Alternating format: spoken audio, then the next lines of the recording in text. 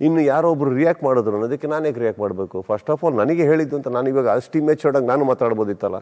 ನಾನು ನಿನ್ನೆಯಿಂದ ಕೇಳ್ತಾ ಇದ್ದೀನಿ, ನನಗೆ ಹೇಳಿದ್ದು ಅಂದರೆ ನಾನು ಆಮೇಲೆ ರಿಯಾಕ್ಟ್ ಮಾಡ್ತೀನಿ. ಕರೆಕ್ಟಾ? ಅಲ್ಲಿ ವೇದಿಕೆ ಮೇಲೆ ನಾನು, ನಲ್ಪಾಡ್, ರಾಜೇಗೌಡರು ಎಲ್ಲರೂ ಮಾತಾಡಿ ಅವ್ರು ಸಿಲ್ಲಿ ಅವರಿಬ್ಬರು ಬಂದ್ಬಿಟ್ಟು ಇದಕ್ಕೆಲ್ಲ ಮಾತಾಡೋಕ್ಕೆ, ಯಾವುದೋ ಫ್ಯಾನ್ ವಾರ್ ಬಗ್ಗೆ ದೊಡ್ಡ ಮಟ್ಟದಲ್ಲಿ ಆಗಿದ್ದಕ್ಕೆ ಮಾತಾಡಿದ್ರು, ಅವರು ಮಾತಾಡಿದ್ರು. ಈಗ ನಾನು ಹೇಳ್ತಾ ಇರೋದು ಆ ರಿಯಾಕ್ಷನ್ ಬಗ್ಗೆ ಎಲ್ಲ ಕೇಳಿದ್ರಿ. ನಾನು ಯಾಕೆ ರಿಯಾಕ್ಟ್ ಮಾಡಲಿಲ್ಲ ನೆನ್ನೆ? ಬಿಕಾಸ್ ನನಗಿನ್ನೂ ಕನ್ಫರ್ಮೇಷನ್ ಇಲ್ಲ. ನಾನು ಯಾಕೆ ನಂಬೇಕದು ನನಗೆ ಅಂತ? ವೇದಿಕೆ ಎಷ್ಟೋ ಜನ ಹತ್ತುತ್ತಾ ಇದ್ದಾರೆ, ಇಂಟರ್ವ್ಯೂಗೆ ಎಷ್ಟೋ ಜನ ಕೂರ್ತಾ ಇದ್ದಾರೆ. ನಾವು ಯಾಕೆ ಅನ್ಕೊಬೇಕು? ನನಗೆ ಅಂದರೆ ನಾನು ರಿಯಾಕ್ಟ್ ಮಾಡ್ತೀನಿ, ನನಗೆ ಅಂದರೆ ನಾನು ಅದಕ್ಕೇನು ಉತ್ತರ ಕೊಡಬೇಕು ಕೊಡ್ತೀನಿ, ಮುಗೀತಲ್ಲ. ಈಗ ನೀವು ಹೇಳೋದ್ರ ಕಡೆ ಬರಬೇಕು ಅಂದರೆ ಪ್ರತಿಯೊಬ್ಬರ ಅಭಿಮಾನಿಗಳು ಯಾರೇ ಇರಲಿ, ಇದು ನಮಗೆ ಹೇಳೋದು ಅನ್ನೋ ಬದಲು ನೀವು ಯೋಚನೆ ಮಾಡಿ ನಿಮಗೆ ಯಾಕೆ ಅನ್ನಿಸ್ತಾ ಇದೆ ಸರಿಪಡಿಸ್ಕೊಳ್ಳಿ. ಮೀನಿಂಗ್ ಇದೆ ನಾನು ಹೇಳ್ತಾ ಇರೋದ್ರಲ್ಲಿ. ಕನ್ನಡ ಚಿತ್ರರಂಗ is a very beautiful industry.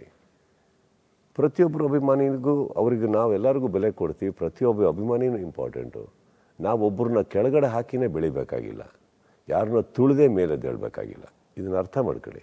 ಇಷ್ಟು ಮೆಚ್ಯೂರಿಟಿ ಇಲ್ಲದೆ ಜೀವನದಲ್ಲಿ ಇಲ್ಲಿವರೆಗೆ ಬರ್ತಾ ಇರಲಿಲ್ಲ. Number 1 correct. ಸೊ ನಾನು ಹೇಳ್ಬೇಕಾದ್ರೆ ಒಂದು ಅರ್ಥ ಇದೆಯಲ್ಲ, ನಿಮಗೆ ಅಂತ ಹೇಳ್ತಾ ಇದ್ದೀವಿ ಅಂತ ಅನಿಸ್ತಾ ಇದೆ ಅಂದರೆ ಏನೋ ನಡೆದಿರ್ಬೇಕಲ್ಲ, ಸರಿಪಡಿಸ್ಕೊಳ್ಳಿ ಹಾಗಿದ್ದಲ್ಲಿ. ಯಾಕಂದ್ರೆ ನಾನಂತೂ ಹೇಳ್ತಾ ಇದ್ದೀನಿ, ನಾನು ಯಾವುದೋ ಬೇರೆ ಆ್ಯಂಗಲಲ್ಲಿ ಮಾತಾಡಿದ್ದು. ಇವಾಗ ನಾನು ಹೇಳ್ತಾ ಇರೋದು ಸೆನ್ಸ್ ಆಗ್ತಾ ಇದೆಯಾ ನಿಮಗೆ?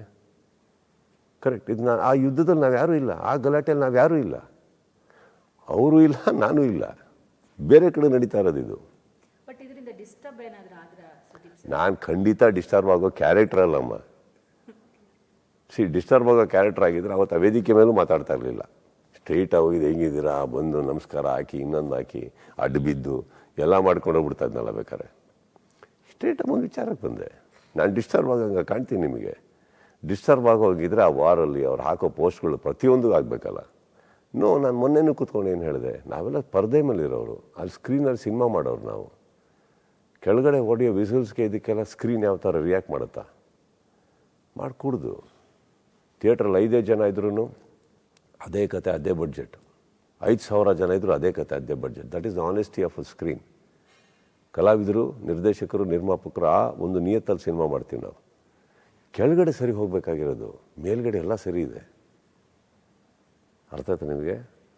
ಸೊ ನಾನು ಏನು ಹೇಳಬೇಕೋ ಕರೆಕ್ಟಾಗಿ ಹೇಳಿದ್ದೀನಿ. ಅದರಲ್ಲಿ ಯಾರಿಗೆ ಹೇಳಬೇಕೋ ಹೇಳಿದ್ದೀನಿ, ಅದು ಅವ್ರಿಗೆ ತಟ್ಟಿದೆ ಅನ್ನೋದು ನಮ್ಗೆ ಗೊತ್ತಿದೆ. ಈ ಕಡೆ ಇನ್ನೊಂದು ವರ್ಗ ನಮಗೆ ಹೇಳಿದ್ದು ಅನ್ನಂಗಿದ್ರೆ ಒಂದು ಅರ್ಥ ಮಾಡ್ಕೊಳ್ಳಿ. ಚೂರು ಒಂದು 10-15 ವರ್ಷ ಹಿಂದೆ ಬಂದರೆ ಗೊತ್ತಾಗುತ್ತೆ ನಾನು ಏನು ಸ್ಟೇಟ್ಮೆಂಟ್ಸ್ ಕೊಟ್ಟಿದ್ದೀನಿ. ಎಂಥೆಂಥದ್ದು ಪ್ರಳಯ ಅಂತಕ್ಕ ವಿಷಯಗಳು ನಡಿಬೇಕಾದ್ರೂ ನಾನು ಕ್ಲೀನಾಗಿ ಹ್ಯಾಂಡಲ್ ಮಾಡಿದ್ದೀನಿ. ಈಗಲೇ ಬೇಕಾಗಿಲ್ಲ. ಕರೆಕ್ಟ್. ರೀಸೆಂಟಾಗಿ ಒಂದು ಸಿನಿಮಾ ಬಂತು, ಅವ್ರದ್ದು ಏನಾದ್ರು ಡಿಸ್ಟರ್ಬ್ ಆಗುವಂಥ ಸ್ಟೇಟ್ಮೆಂಟ್ ಮಾಡಿದ್ವಾ, ಇನ್ನೊಂದೇನಾದ್ರು ಮಾಡಿದ್ವಾ? ಇಲ್ವಲ್ಲ. ನಮ್ಮ ಪಾಡಿಗೆ ಮನೇಲಿದ್ದೀವಿ, ಒಳ್ಳೇದಾಗಲಿ. ಯಾಕಂದ್ರೆ ಅವ್ರ ಫ್ಯಾನ್ಸ್ ನೋವುಗಳು ಅವ್ರಿಗಿರ್ತವೆ, ಅವ್ರ ಹಬ್ಬ ಅವ್ರಿಗಿರ್ತದೆ, ಅವ್ರ ಸಂಭ್ರಮ ಅವ್ರಿಗಿರುತ್ತೆ. ಅದನ್ನು ಡಿಸ್ಟರ್ಬ್ ಮಾಡಬಾರ್ದು. ನಾವು ಮಾಡಲಿಲ್ಲ. ಸಂಪ್ರತಿ ವಾರ್ತಾ